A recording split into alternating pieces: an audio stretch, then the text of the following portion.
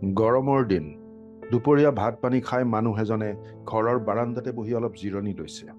ক'ৰবাৰ পৰা বৈ অহা বতাহ এচাটিয়ে দেহটো জোৰ পেলাই দিছে।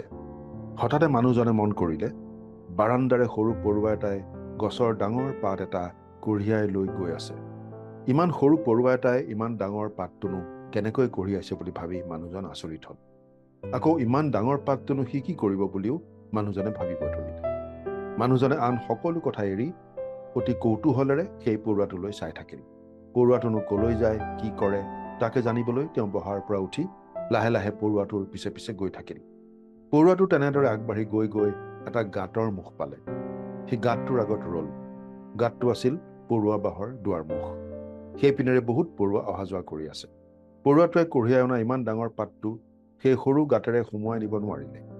গতিকে গাঁতৰ মুখতে পাতটো পেলাই থৈ পৰুৱাটো ভিতৰ সোমাই গ'ল।